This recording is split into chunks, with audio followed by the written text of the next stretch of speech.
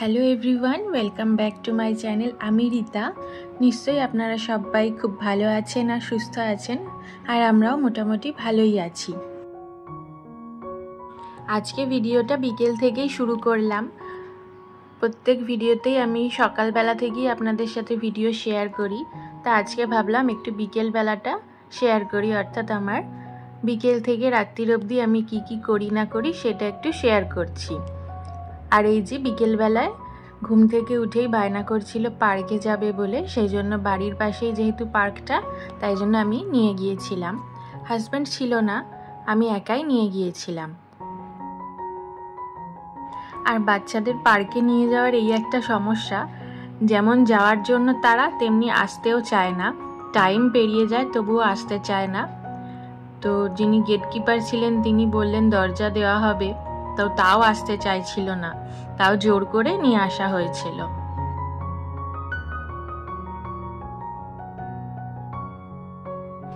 তো যাই হোক করে জোর করে নিয়ে আসা হলো বাড়িতে। এরপরে ঘরে চলে এসে আমি সন্ধেটা দেখিয়ে দিয়ে চলে এসেছি রান্নাঘরে। রাত্রিরের জন্য রুটি তরকারি করতে হবে। আর আমরা যেহেতু রাতের রেগুলার রুটিটাই খাই, খুব কম ভাত খাই। যখন খুব গরম পড়ে সেই সময়টা একটু ভাত খেতে ইচ্ছা করে, তা না হলে আমাদের ডেলি রুটিটাই খাওয়া হয়। তো সেই জন্য তরকারিটা বেশিরভাগ দিন আমি চেষ্টা করি সকালবেলাতেই করে রাখার। মাঝে মাঝে করা হয় না, কিন্তু বেশিরভাগ দিনই করে রাখি। রাত্রিরে শুধু রুটিটা করে নিই, হয়ে যায়। তো আজকে যেমন তরকারিটা করা নেই, রুটি তরকারি দুটোই করতে হবে। তা হাজব্যান্ড এখনও অফিস গেছে, ও ফেরেনি। ও ফিরবে যখন, তখন রুটিটা গরম গরম করে নেব। এখন এমনি আটাটা মেখে রেখে দিচ্ছি। আর পাশাপাশি আমি দুধটাও গরম করে নিচ্ছি, মেয়েকে একটু দুধ খাওয়াবো। সকালবেলাতেও সেরকমভাবে দুধটা দেওয়া হয়নি আজকে, সেই জন্য আজকে সন্ধেবেলায় দিয়ে দেব। আর গরম কিন্তু যথেষ্ট ভালোই পড়েছে, না জানি এরপরে কত গরম পড়বে। এইটুকু সময়তেই এত গরম পড়ে গেল। তো সেই কারণে নিজেকে হাইড্রেট রাখাও খুব দরকার। কাজের ফাঁকে ফাঁকে আমি কিন্তু এরকমভাবে গ্লাসে করে জল নিয়ে বসে যাই। প্রথম আমি বোতলেই জল খেতাম, কিন্তু সেক্ষেত্রে না জল খাওয়াটা একটু কম হয়ে যায়। সেই জন্য গ্লাসে করে খাওয়ার চেষ্টা করি। গ্লাসে খেলে এক গ্লাস জল কিন্তু পুরোটা খাওয়া হয়ে যায়। আর এই তো আবার চলে এসেছি রান্নাঘরে। এবারে রুটিটা করে নেওয়ার সময় চলে এসেছে, কারণ হাজব্যান্ড চলে এসেছে। তো রুটিটা করে নিয়ে একসাথে তারপরেই আমরা খেতে বসে যাব। তা একটু আগেই বলছিলাম যে রুটি তরকারি দুটোই করতে হবে, কিন্তু হাজব্যান্ড ফোন করে বলে দিয়েছিল যে তরকারি আর করতে হবে না, ও একটা চিকেনের আইটেম নিয়ে আসছে। তো সেই জন্য আমাকে আর তরকারিটা করতে হয়নি।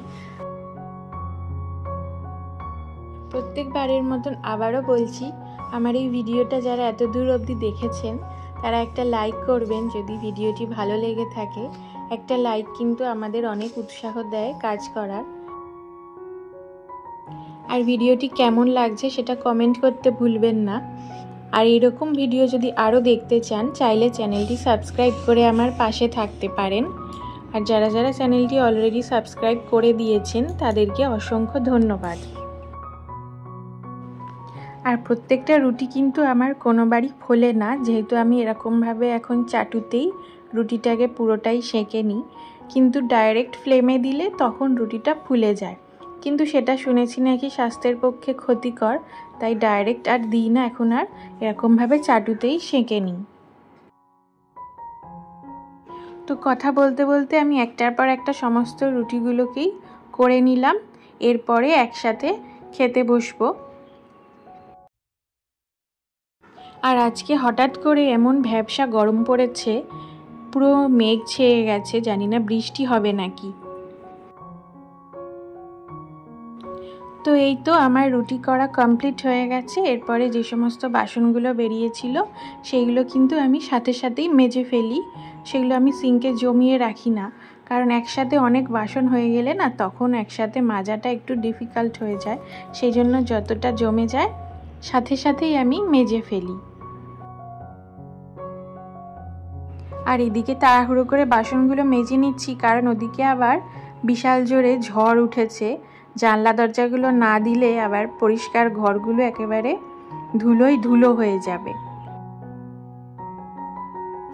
অনেক দিন যাবৎ যখন ঝোড়ো হাওয়া দিয়ে বৃষ্টি নামে তখন প্রচুর ধুলো ওড়ে, তো সেটাই এখন হচ্ছে, তাই জন্য আমি ঝটপট করে বাসনটা মেজে নিচ্ছি।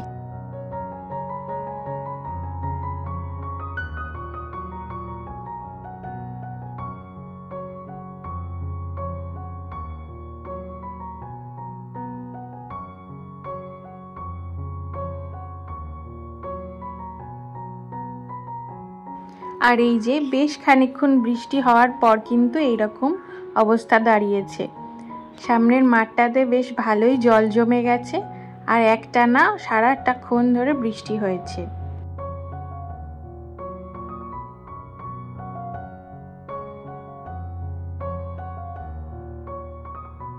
যে পরিমাণে ভ্যাপসা গরমটা পড়েছিল তার থেকে একটু নিস্তার পাওয়া গেল।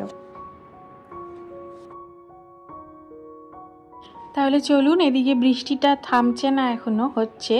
জানলাটা আবার দিয়ে দিলাম আর চলে গেছি সোজা ডিনারে। এই যে হাজব্যান্ড এইটা নিয়ে এসেছিল, চিকেন কাবাব। তো এই চিকেন কাবাব দিয়ে রুটি খেতে ও খুব পছন্দ করে, কিন্তু আমার খুব একটা ভালো লাগে না খেতে।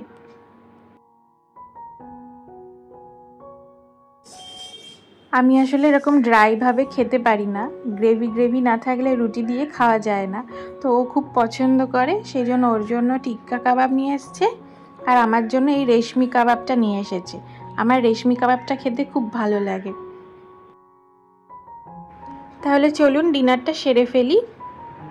আর এইরকম চিকেন কাবাব সামনে থাকলে আর কতক্ষণই বা নিজেকে আটকে রাখা যায়। আর এই তো আবার চলে এসেছি ডিনারের পর। যে সমস্ত বাসনগুলো বেরিয়েছিল সেগুলো কিন্তু আমি সব রাত্রির বেলাতেই মেজে ধুয়ে রেখে দিই, আর একেবারে কিচেন একেবারে ক্লিন করে রেখে দিই। অর্থাৎ আমাকে সকালবেলা কোনো হেডেক রাখতেই হয় না যে আমাকে আবার বাসন মাজতে হবে বা কিচেন ক্লিন করতে হবে। তো এদিকে টেবিলটা মুছে নেওয়ার পর রান্নাঘরের একবার গ্যাস স্টোভটা একবার হালকা হাতে মুছে নেব, তাহলেই হয়ে যাবে আমার। যদিও আমি রুটি করে নেওয়ার পর এগুলো সমস্তটাই ভালোভাবে মুছে নিয়েছিলাম, কিন্তু রাত্রিরে শুতে যাওয়ার আগে আমি একবার হালকা হাতে মুছে নিই। তাহলে চলুন, ভিডিওটা আজকে এখানেই শেষ করছি। কেমন লাগলো ভিডিওটা অবশ্যই কমেন্ট করে জানাবেন, আর আপনাদের সাথে আবার দেখা হবে নেক্সট ভিডিওতে। আপনারা সবাই খুব ভালো থাকবেন, সুস্থ থাকবেন।